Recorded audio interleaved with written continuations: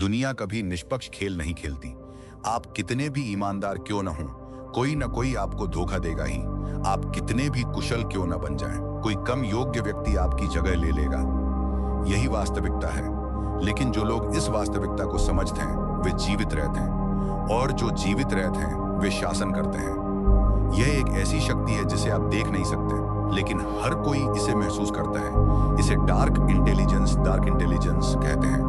Dark intelligence तब पैदा होती है जब लोग धोखा खाते हैं, अपमानित होते हैं और हार जाते हैं, दूसरे टूट जाते हैं, लेकिन आप उस दर्द से ताकत बनाते हैं। यह उस तरह की बुद्धिमत्ता है जो सुनती है, देखती है, शांत रहती है और सही समय पर वार करती है। जबकि अन्य बहस करते हैं, आप जानकारी इकट्ठा करते हैं। जब वे क्रोधित होते हैं तो आप गणना करते हैं। जब वे भावनाओं में डूबते हैं तो आप भविष्य की योजना बनाते हैं। ज्यादातर लोग चेकर्स, शतरंज जैसा एक साधारण खेल खेलते हैं। आप सीखने वाले हैं कि शतरंज कैसे खेला जाता है, लेकिन गहराई में जाने से पहले मैं बिल्कुल स्पष्ट कर दूं, यह ज्ञान सुरक्षा के लिए है, विनाश के लिए नहीं। इसका उपयोग अपना बचाव करने के लिए करें, निर्दोष लोगों को चोट पहुंचाने के लिए नहीं। लक्ष्य खेल को समझना है, खलनायक बनना नहीं।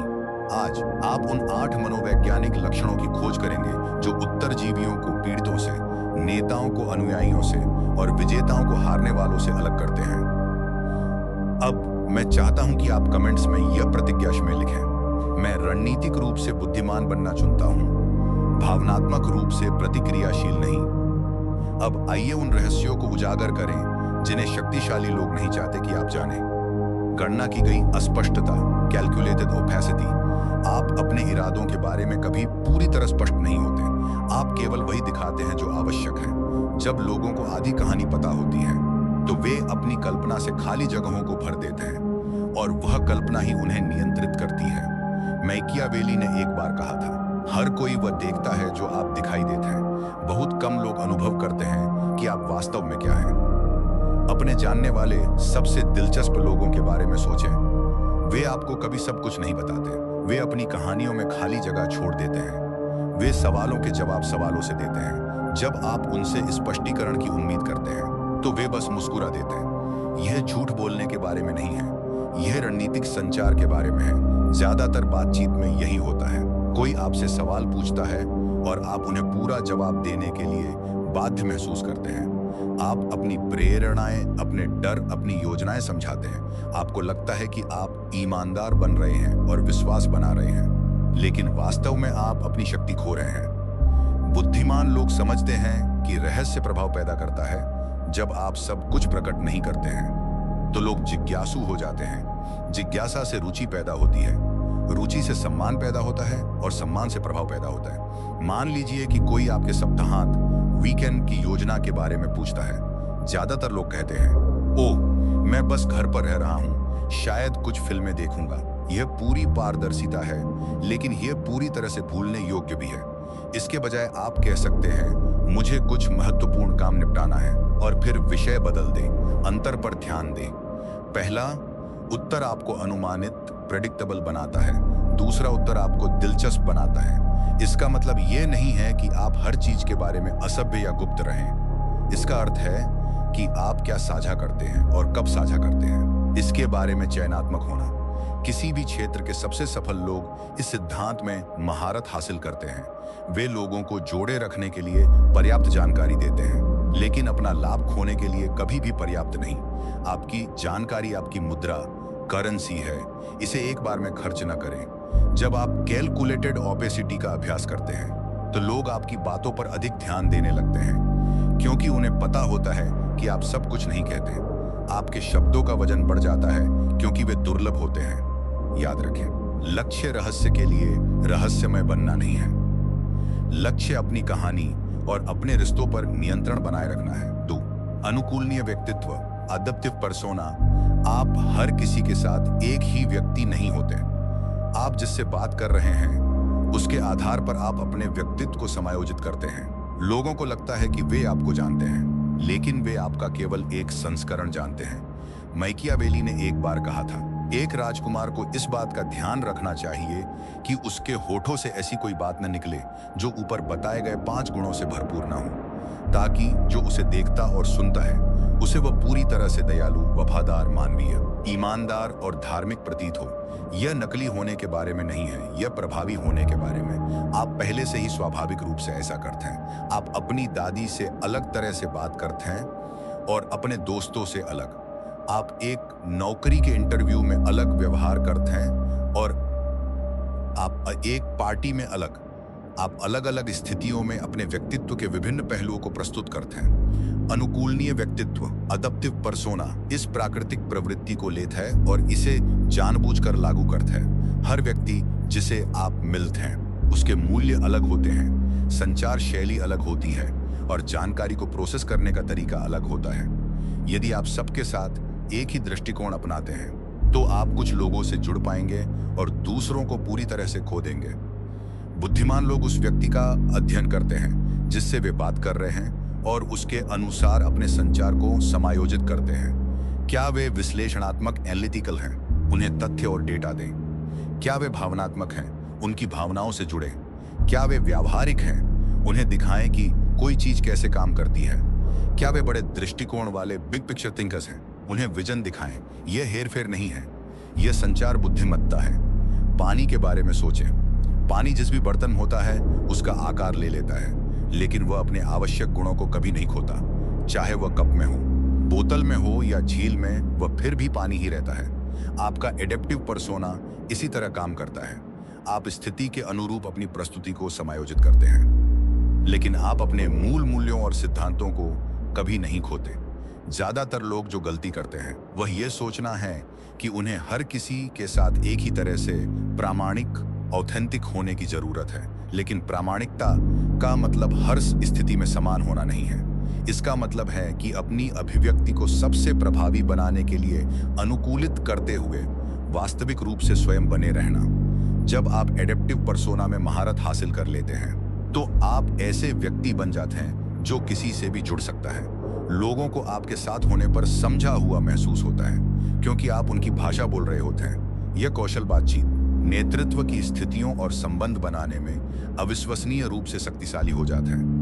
आप लोगों को खुद को समझने के लिए मजबूर नहीं कर रहे हैं, आप उनके लिए आपसे से जुड़ना आसान बना रहे हैं। लेकिन यहाँ एक चेतावनी है, कभी भी इतना अधिक अनुकूलन न करें कि आप खुद को ही खो दें।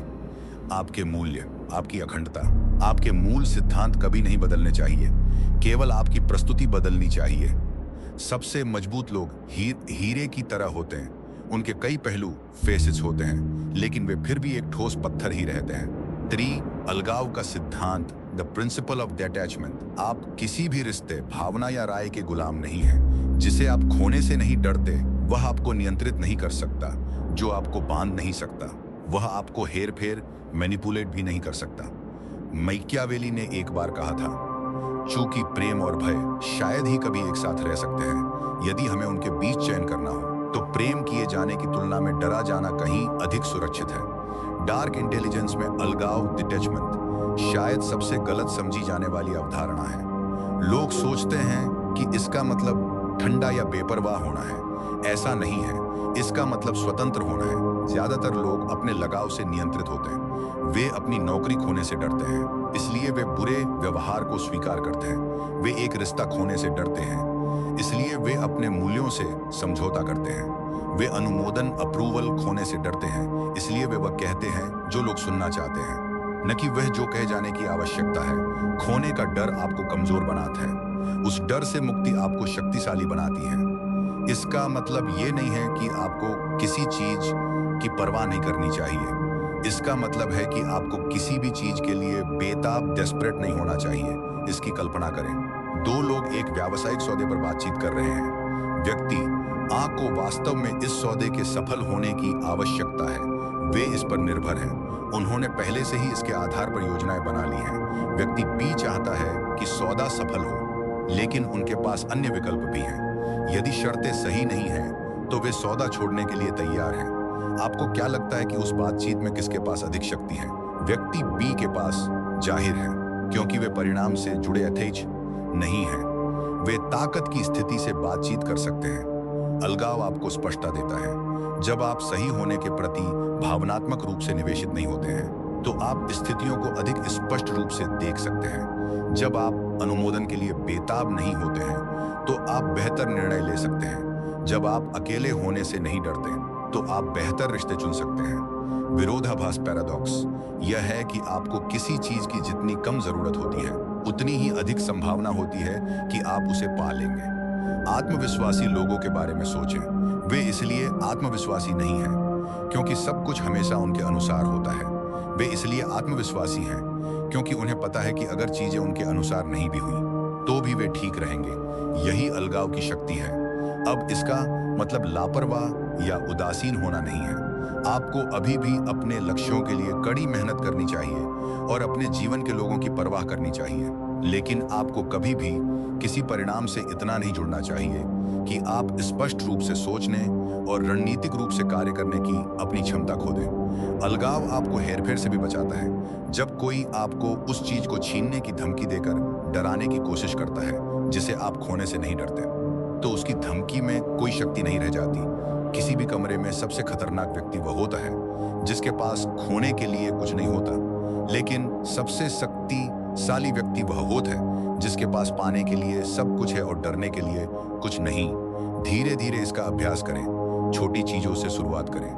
हर बहस जीतने के प्रति इतने आसक्त न हो, हर किसी के द्वारा पसंद किए जाने के प्रति इतने आसक्त न हो, अपनी योजनाओं के बिल्कुल वैसा ही होने के प्रति आसक्त न हो जैसा आपने कल्पना की थी। जैसे जैसे आप इस कौशल को विकसित करेंगे, आप कुछ दिलचस्प देखेंगे। लोग आपके साथ अधिक सम्मान से व्यवहार करने लगेंगे। उन्हें आभास हो जाता है कि आपको आसानी से नियंत्रित नहीं किया जा सकता और यही सम्मान पैदा करता है। याद रखें, अलगाव का मतलब परवाह न करना नहीं है। इसका मतलब है उस परवाह द्वारा नियंत्रित हुए बिना परवाह करना। 4. मौन लाभ, साइलेंट लेवरेज। आप सीधे दबाव नहीं डालते, आप प्रतीक्षा करते हैं।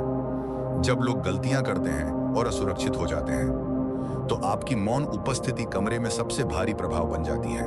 मैकियावेली ने एक बार कहा था, बिना खतरे के कभी भी कुछ भी महान हासिल नहीं हुआ। ज्यादातर लोग सोचते हैं कि शक्ति शोर मचाने में है। वे सोचते हैं कि यह अपनी आवाज उठाने, मांगे करने और दूसरों पर अपनी इच्छा थोपने के बारे में है। वह नौसिखियों का काम है।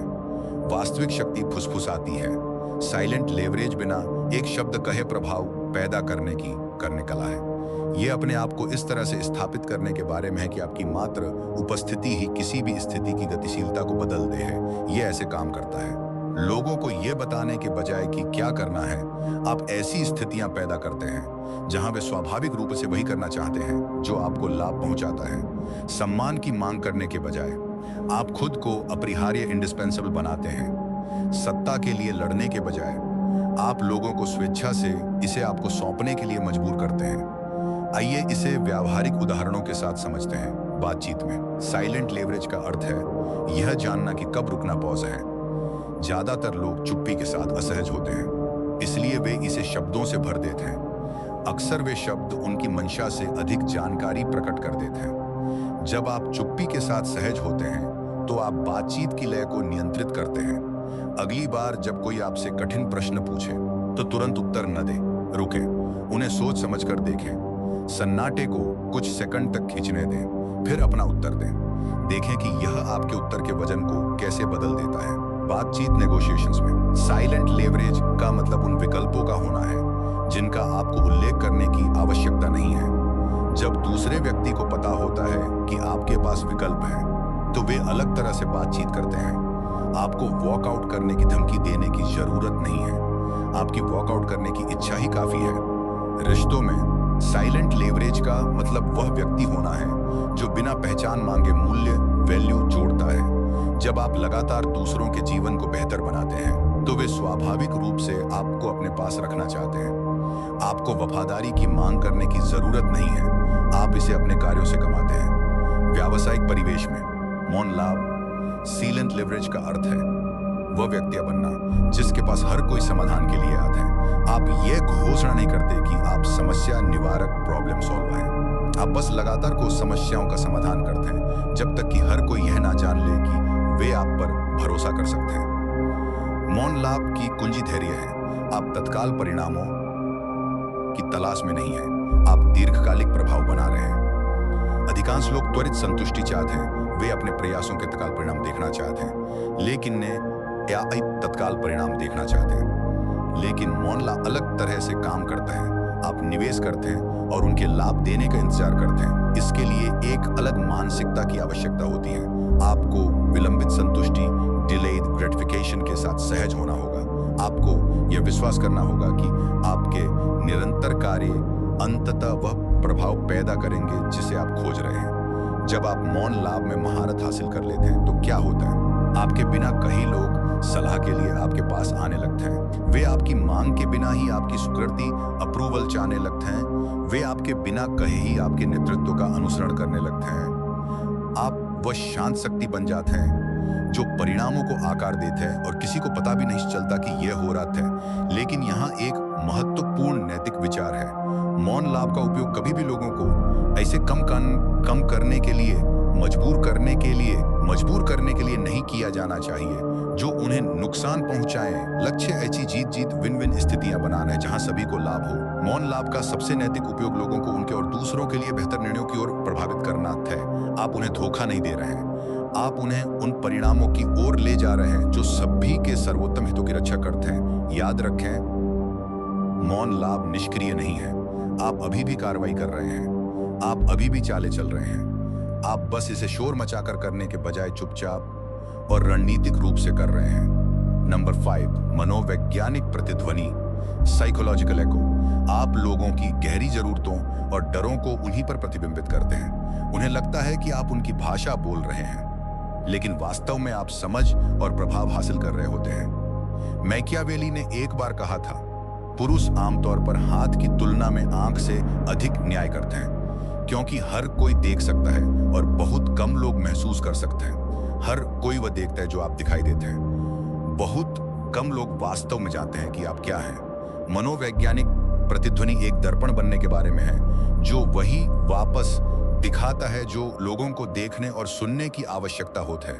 यह धोखे के बारे में नहीं है, यह गहरी समझ और रणनीतिक संचार के बारे में है। लोग उत्पाद, सेवाएं या विचार नहीं खरीदते, वे अपनी समस्याओं के समाधान और अपनी इच्छाओं की पूर्ति खरीदते हैं। जब आप उनकी वास्तविक जरूरतों को पहचानकर उन्हें प्रतिबिंबित कर सकते हैं तो आप उनके लिए अविश्वसनीय रूप से मूल्यवान बन जाते हैं। ज्यादातर लोग इसमें बहुत खराब होते हैं क्योंकि वे इस पर बहुत अधिक ध्यान केंद्रित करते हैं कि वे क्या कहना चाहते हैं, इसके बजाय कि दूसरे व्यक्ति को क्या सुनने की जरूरत है। मैं समझाता हूं कि मनोवैज्ञानिक प्रतिध्वनि व्यवहार में कैसे काम करती है। सबसे पहले आपको मानव स्वभाव का छात्र बनना होगा। आपको यह समझना होगा कि आप जिस भी व्यक्ति से मिलते हैं वह अदृश्य बोझ, गुप्त इच्छाएं और अनकहे डर लेकर चल रहा है। आपका काम सुरागों को सुनना है कि वे क्या हो सकते हैं। जब कोई अपने काम के बारे में बात करता है तो वे केवल जानकारी साझा नहीं कर रहे होते, वे यह प्रकट कर रहे होते हैं कि वे स्वयं को कैसे देखते हैं, वे क्या मूल्य देते हैं और वे किस बात से चिंतित हैं। जब कोई अपने रिश्तों के बारे में बात करता है तो वे आपको अपने भावनात्मक पैटर्न और अपनी गहरी जरूरतें दिखा रहे होते हैं। ज्यादातर लोग जवाब देने के लिए सुनते हैं, आपको समझने के लिए सुनना होगा। यहाँ एक व्यावहारिक ढांचा है। आप जिस भी व्यक्ति से मिलते हैं वह 3 मौन प्रश्न पूछ रहा होता है। क्या आप मुझे देखते हैं? क्या आप मुझे समझते हैं?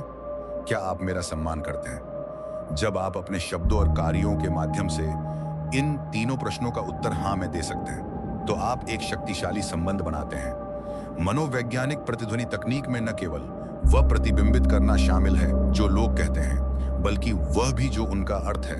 आप शब्दों के पीछे की भावना, शिकायत के पीछे की जरूरत, गुस्से के पीछे के डर को सुनते हैं। उदाहरण के लिए, यदि कोई कहता है मुझे अपनी नौकरी से नफरत है, अधिकांश लोग नई नौकरी खोजने की सलाह के साथ प्रतिक्रिया दे सकते हैं। लेकिन यदि आप गहराई से सुनते हैं तो आप सुन सकते हैं कि वह वास्तव में अपने योगदान के लिए सराहना महसूस नहीं कर रहे हैं या वे अपने भविष्य के बारे में अनिश्चित हैं। एक मनोवैज्ञानिक प्रतिध्वनि प्रतिक्रिया यह हो सकती है, ऐसा लगता है कि आप अपने योगदान के लिए मूल्यवान महसूस नहीं कर रहे हैं, या ऐसा लगता है कि आप किसी ऐसी चीज के लिए तैयार हैं जो आपको अधिक चुनौती दे। अंतर पर ध्यान दें, समाधान पर कूदने के बजाय आप उनके भावनात्मक अनुभव को प्रतिबिंबित कर रहे हैं। इससे लोग खुद को समझा हुआ महसूस करते हैं, जो विश्वास और प्रभाव पैदा करता है। कुंजी यह है कि वे जो व्यक्त कर रहे हैं उसके सकारात्मक संस्करण को वापस प्रतिबिंबित करें। यदि कोई बोझिल, ओवरवेल्म्ड होने की शिकायत कर रहा है, तो आप उनके समर्पण और उच्च मानकों को प्रतिबिंबित कर सकते हैं। यदि कोई किसी स्थिति के बारे में निराशा व्यक्त कर रहा है, तो आप उत्कृष्टता के लिए उनकी इच्छा को प्रतिबिंबित कर सकते हैं। यह तकनीक काम करती है क्योंकि लोगों में समझे जाने की गहरी मनोवैज्ञानिक आवश्यकता होती है। जब आप प्रदर्शित करते हैं कि आप वास्तव में उन्हें देखते हैं, तो वे स्वतः ही आप पर अधिक भरोसा करते हैं और आपकी राय को अधिक महत्व देते हैं। लेकिन यहाँ यह वास्तव में शक्तिशाली हो जाता है। एक बार जब आप किसी की मूल जरूरतों और डरों को समझ लेते हैं, तो आप अपने विचारों, सुझावों और अनुरोधों को उन शब्दों में रख सकते हैं जो स्वाभाविक रूप से उन्हें आकर्षित करते हैं। यदि कोई सुरक्षा को महत्व देता है, तो आप अपने विचारों को सुरक्षा और स्थिरता के संदर्भ में प्रस्तुत करते हैं। यदि कोई मान्यता, रिकॉग्निशन को महत्व देता है, तो आप अपने विचारों को उपलब्धि और पावती के संदर्भ में प्रस्तुत करते हैं। यदि कोई स्वतंत्रता को महत्व देता है, तो आप अपने विचारों को स्वतंत्रता और विकल्प के संदर्भ में प्रस्तुत करते हैं। आप अपना संदेश नहीं बदल रहे हैं, आप अपने संदेश को प्रस्तुत करने का तरीका बदल रहे हैं ताकि वह उनके मनोवैज्ञानिक प्रोफाइल से मेल खा सके। यह नेतृत्व बिक्री, पालन पोषण और रिश्तों में अविश्वसनीय रूप से शक्तिशाली है। नंबर्स, अस्पष्ट नैतिकता, एम्बिग्युअस मोरालिटी। आप न तो अच्छे हैं और नहीं बुरे, आप बस काम पूरा करते हैं। वास्तविक शक्ति हमेशा ब्लैक एंड व्हाइट, पूरी तरह सही या गलत में नहीं आती। कभी कभी यह धूसर ग्रे क्षेत्रों में रहती है। मैकियावेली ने एक बार कहा था, चूंकि उन्हें एक साथ जोड़ना मुश्किल है, इसलिए डरा जाना प्यार किए जाने की तुलना में सुरक्षित है जब दोनों में से एक की कमी हो। यह डार्क इंटेलिजेंस का सबसे विवादास्पद गुण है और यही वह है जिसे सबसे ज्यादा गलत समझा जाता है। इसलिए मैं इस बारे में बहुत स्पष्ट होने दूं कि इसका क्या अर्थ है और क्या नहीं। अस्पष्ट नैतिकता का अर्थ कोई नैतिकता ना होना नहीं है। इसका मतलब ये नहीं है कि परिणामों की परवाह किए बिना जो चाहे वो करें। इसका मतलब आगे बढ़ने के लिए लोगों को चोट पहुंचाना नहीं है। इसका अर्थ यह समझना है कि वास्तविक दुनिया जटिल है।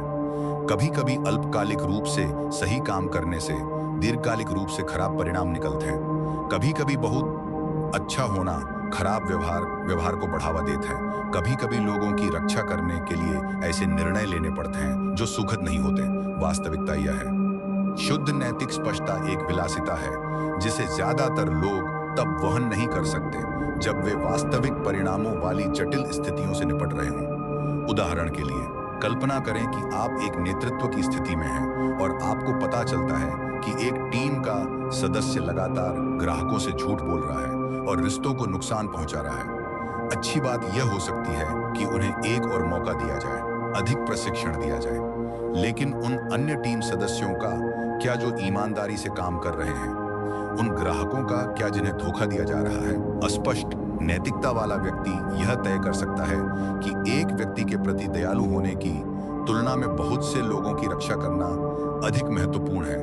वे उस व्यक्ति को टीम से हटाने का कठिन निर्णय ले सकते हैं, भले ही वह कठोर लगे। यह क्रूरता नहीं है, यह व्यावहारिक नैतिकता, प्रैग्मैटिक एथिक्स है। मुख्य सिद्धांत यहाँ ध्यान दिखावे के बजाय परिणामों पर ध्यान केंद्रित करना है। कभी कभी वह क्रिया जो सतह पर अच्छी दिखती है, खराब परिणाम देती है। कभी कभी वह क्रिया जो सतह पर कठोर दिखती है, शामिल सभी लोगों के लिए बेहतर परिणाम देती है। इसके लिए एक अलग तरह की नैतिक सोच की आवश्यकता होती है। कौन सा कार्य मुझे एक अच्छा व्यक्ति दिखाता है पूछने के बजाय आप पूछते हैं कौन सा कार्य सबसे अधिक लोगों के लिए सर्वोत्तम परिणामों की ओर ले जाता है। लेकिन यहाँ महत्वपूर्ण अंतर है। अस्पष्ट नैतिकता स्वार्थ के समान नहीं है। आप दूसरों की कीमत पर वह नहीं कर रहे हैं जो आपको लाभ पहुंचाता है। आप व्यावहारिक निर्णय ले रहे हैं जो व्यापक भलाई की सेवा करते हैं, भले ही वे निर्णय व्यक्तिगत रूप से कठिन हों। यह गुण यह भी समझने में शामिल है कि अलग अलग स्थितियों में अलग अलग प्रतिक्रियाओं की आवश्यकता होती है। वही कार्य जो एक संदर्भ में गलत है, दूसरे संदर्भ में आवश्यक हो सकता है। इस गुण का खतरा यह है कि इसका उपयोग स्वार्थी या हानिकारक व्यापार को उचित ठहराने के लिए किया जा सकता है। इसीलिए यह महत्वपूर्ण है कि आप अपने लिए स्पष्ट नैतिक दिशा निर्देश बनाए रखें कि आप जटिल स्थितियों में भी क्या करेंगे और क्या नहीं करेंगे।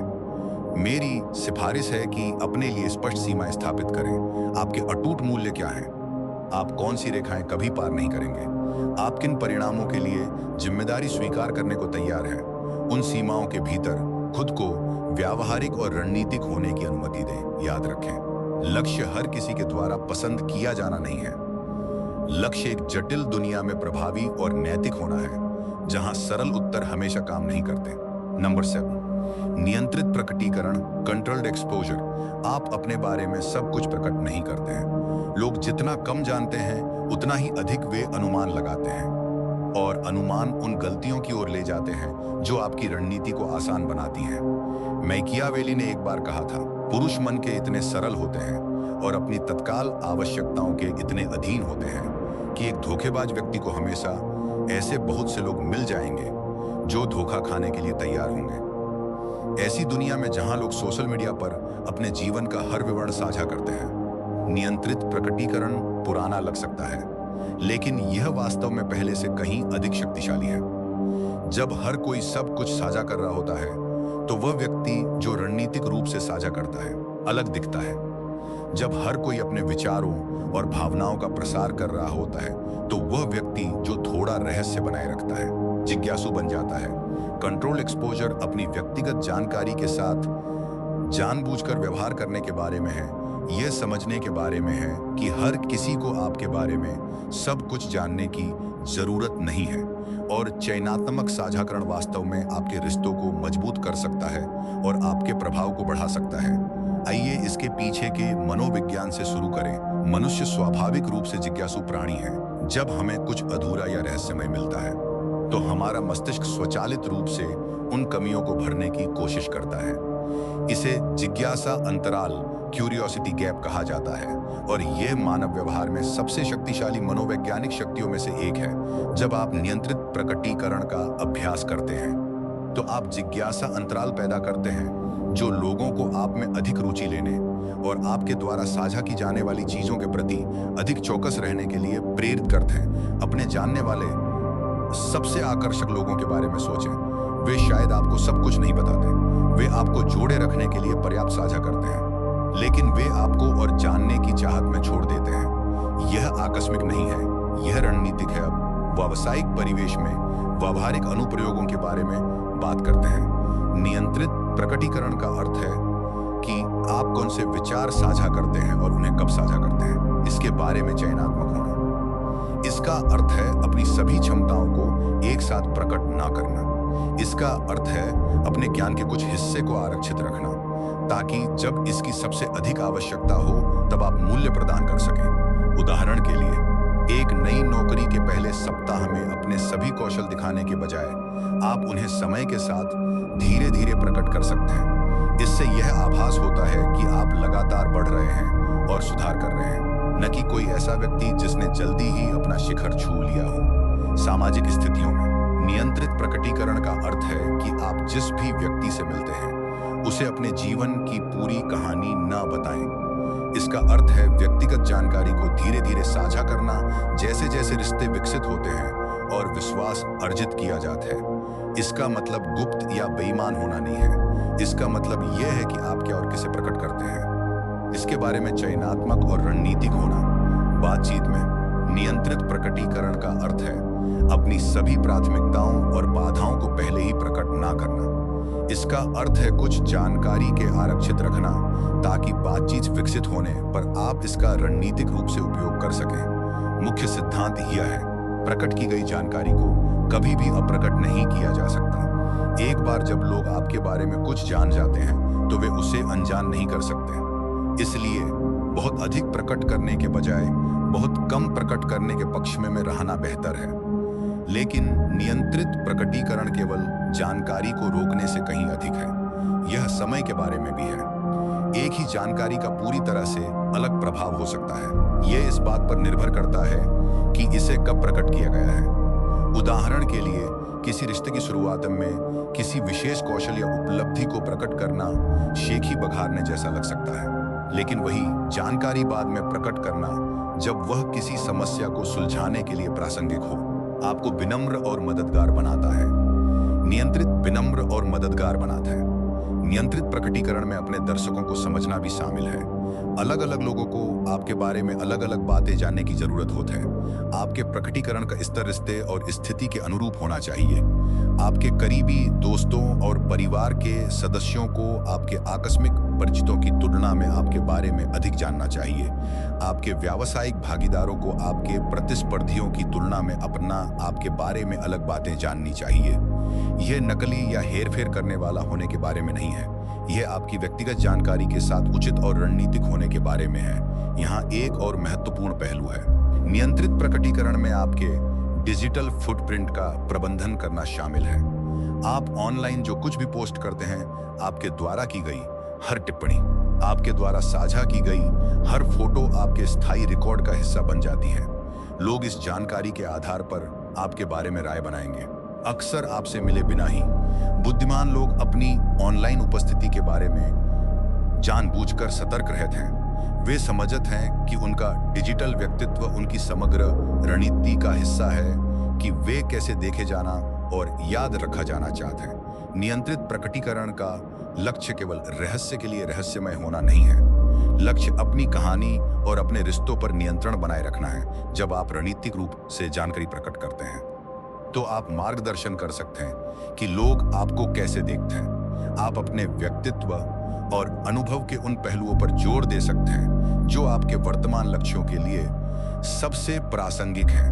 आप अधूरी जानकारी के आधार पर रूढ़िबद्ध होने से बच सकते हैं, लेकिन यहाँ आपको संतुलन बनाए रखने की आवश्यकता है। आप लोगों के साथ वास्तविक संबंध बनाने के लिए पर्याप्त साझा करना चाहते हैं, लेकिन इतना नहीं कि आप अपना रणनीतिक लाभ खो दें। नंबर 8, परिणाम का जुनून, कम ऑब्सेशन। आप यहाँ बहस जीतने या अपनी बात साबित करने के लिए नहीं हैं। आप यहाँ परिणाम प्राप्त करने के लिए हैं। जो लोग केवल परिणामों पर ध्यान केंद्रित करते हैं, वे कभी भी अनावश्यक खेलों में समय बर्बाद नहीं करते। मैकियावेली ने एक बार कहा था, दिया गया वादा अतीत की आवश्यकता थी, तोड़ा गया शब्द वर्तमान की आवश्यकता है। यह वह गुण है जो शौकीनों को पेशेवरों से, सपने देखने वालों को हासिल करने वालों से और बात करने वालों को करने वालों से अलग करता है। ज्यादातर लोग उन चीजों से विचलित हो जाते हैं जो मायने नहीं रखती। वे प्रभावी होने से ज्यादा सही होना चाहते हैं। वे परिणाम प्राप्त करने से ज्यादा अच्छा दिखना चाहते हैं। परिणाम का जुनून इस सारे शोर को काट देता है। जब आप परिणाम के प्रति जुनूनी होते हैं, तो आप अलग सवाल पूछते हैं, मैं कैसे साबित कर सकता हूं कि मैं सही हूं, के बजाय आप पूछते हैं, मैं कौन सा परिणाम प्राप्त करने की कोशिश कर रहा हूं। मैं इस स्थिति में कैसे अच्छा दिख सकता हूं, के बजाय आप पूछते हैं, कौन से कार्य उस परिणाम की ओर ले जाएंगे जो मैं चाहता हूं। सोच में यह बदलाव सब कुछ बदल देता है। आइए तर्कों और असहमतियों से शुरू करें। ज्यादातर लोग तर्कों को ऐसे देखते हैं जैसे वे कोई बहस जीतने की कोशिश कर रहे हों। वे अपनी बात साबित करने, दूसरे व्यक्ति की गलतियां पकड़ने और अपने श्रेष्ठ ज्ञान या तर्क को प्रदर्शित करने पर ध्यान केंद्रित करते हैं। लेकिन परिणाम के प्रति जुनूनी लोग असहमतियों को अलग तरह से देखते हैं। वे पूछते हैं, मैं वास्तव में इस बातचीत से क्या हासिल करना चाहता हूं। शायद वे दूसरे व्यक्ति के व्यवहार को बदलना चाहते हैं, शायद वे समझौता करना चाहते हैं, शायद वे दूसरे व्यक्ति के दृष्टिकोण के बारे में जानकारी इकट्ठा करना चाहते हैं। एक बार जब वे अपने वांछित परिणाम के बारे में स्पष्ट हो जाते हैं, तो वे उसके अनुसार अपना दृष्टिकोण चुनते हैं। उदाहरण के लिए, यदि आपका लक्ष्य किसी का व्यवहार बदलना है, तो उन्हें गलत साबित करना वास्तव में उल्टा पड़ सकता है। लोग गलत होना पसंद नहीं करते, और जब वे हमला महसूस करते हैं तो अक्सर अधिक जिद्दी हो जाते हैं। एक बेहतर तरीका उन्हें अपने दम पर सही निष्कर्ष तक पहुंचने में मदद करना हो सकता है। यदि आपका लक्ष्य किसी समस्या का समाधान करते हुए एक अच्छा रिश्ता बनाए रखना है, तो सही होना कम महत्वपूर्ण हो सकता है, बजाय इसके कि ऐसा समाधान खोजा जाए जिसे हर कोई स्वीकार कर सके। यह जीवन के हर क्षेत्र में लागू होता है। व्यावसायिक परिवेश में परिणाम के जुनून का अर्थ है उस पर ध्यान केंद्रित करना जो वास्तव में व्यवसाय को आगे बढ़ाता है, न कि उस पर जो आपको स्मार्ट या महत्वपूर्ण दिखाता है। इसका अर्थ है परियोजनाओं को उनकी दृश्यता के बजाय उनके प्रभाव के आधार पर चुनना। व्यक्तिगत संबंधों में परिणाम के जुनून का अर्थ है किसी विशेष असहमति में कौन सही या गलत है, इसके बजाय रिश्ते के स्वास्थ्य और खुशी पर ध्यान केंद्रित करना। इसका अर्थ है अपनी लड़ाइयों को इस आधार पर चुनना कि वास्तव में क्या मायने रखता है। व्यक्तिगत विकास में परिणाम के जुनून का अर्थ है अपनी प्रगति को प्रयास या इरादों के बजाय वास्तविक परिणामों से मापना। परिणाम का जुनून यहाँ वास्तव में शक्तिशाली हो जाता है। यह आपको उत्पादक हुए बिना व्यस्त दिखने के जाल से बचने में मदद करता है। कई लोग गतिविधि को उपलब्धि समझ लेते हैं। वे सोचते हैं कि कड़ी मेहनत स्वतः ही अच्छे परिणामों की ओर ले जाती है, लेकिन परिणाम के प्रति जुनूनी लोग समझते हैं कि आप गलत चीजों पर बहुत कड़ी मेहनत कर सकते हैं और कहीं नहीं पहुंच सकते। वे लगातार पूछ रहे हैं, क्या यह गतिविधि वास्तव में मुझे मेरे लक्ष्य की ओर ले जा रही है, या मैं सिर्फ कठिन लेकिन महत्वपूर्ण काम से बचने के लिए व्यस्त हूँ। इसे मैं रणनीतिक आलस्य कहता हूँ। परिणाम के प्रति जुनूनी लोग अक्सर दूसरों की तुलना में कम करते हुए दिखाई देते हैं। क्यों? वे चयनात्मक होते हैं।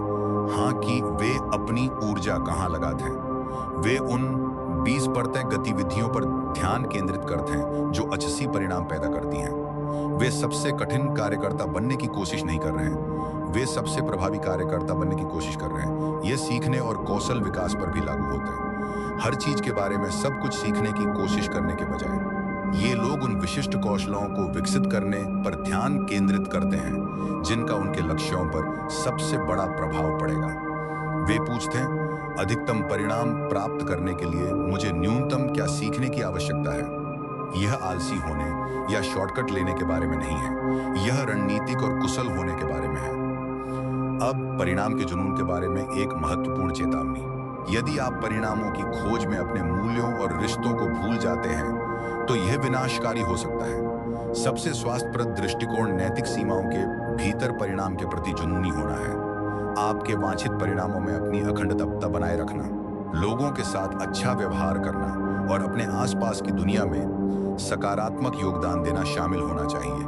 परिणाम के जुनून का एक अन्य प्रमुख पहलू काम न करने पर रास्ता बदलने की इच्छा है। ज्यादातर लोग अपनी योजनाओं और रणनीतियों से जुड़ जाते हैं, भले ही वे परिणाम न दे रही हों। परिणाम के प्रति जुनूनी लोग अपने लक्ष्यों से जुड़े होते हैं, अपने तरीकों से नहीं। यदि एक दृष्टिकोण काम नहीं कर रहा है तो वे दूसरा प्रयास करते हैं। यह लचीलापन उन्हें अविश्वसनीय रूप से अनुकूलनीय और लचीला बनाता है। परिणाम के जुनून का अंतिम लक्ष्य ऐसा व्यक्ति बनना है जो लगातार पूरा करने के बारे में बात करता है, वह नहीं जो कतार काम पूरा करता है। वह नहीं जो ऐसा दिखता है कि वह काम पूरा कर रहा है, बल्कि वह जो वास्तव में वास्तविक दुनिया में परिणाम देता है।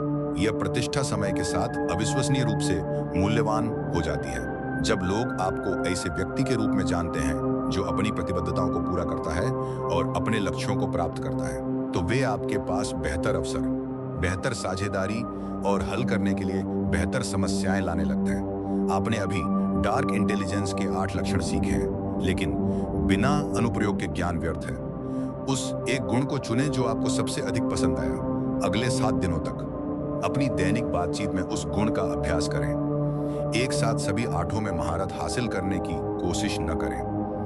एक पर ध्यान केंद्रित करें। देखें कि लोग आपके प्रति अलग तरह से कैसे प्रतिक्रिया देते हैं।